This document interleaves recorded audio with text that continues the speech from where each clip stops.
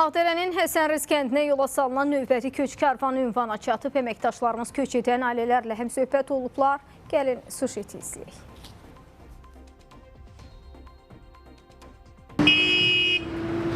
Bəli, Ağdərə rayon Həsənrız kəndinə növbəti köç karvanı yola düşür. 20 ailədə 72 nəfər artıq bugündən köçkünlük həyatına son verib, öz dədə-baba yurdunda əbədi yaşamaq üçün yola çıxdılar.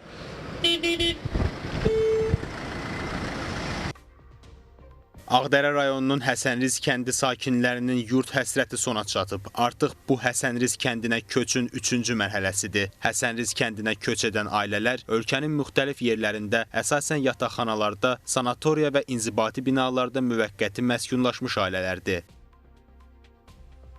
Çox sevinirəm.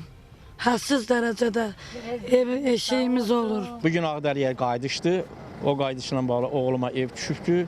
Mən də gedirəm oğlumun evini görməyə. Sevinirəm, belə fəxr edirəm ki, mən Azərbaycanlıyam, öz yurduma gedirəm. Oradan çıxanda 7 bacı çıxmışdıq, 3 qardaş, indi 2 bacı, 3 qardaş qalmışıq. Səhər saatlarında Tərtərdən yola salınan ailələr doğma yurtlarına çatıblar. Həsənrız kəndinə köçən ailələrə mənzillərin açarları təqdim olunub. Çox sevinirəm baba yurdumuza gəldiyimizə görə. Vallahi indi hardasa 64 yaşım var. Elə bir ki 33 ildir də. Ümumiyyətlə Ağdərə rayonundan bütün Qarabağdan məcbur köçkün düşənlər çoxsu vertolyotla, əli yalın, ayağı yalın çıxıb gedənlər olub. 30 il həsrətindən sonra bütün dünya indi Qarabağın Azərbaycan olduğunu bilir.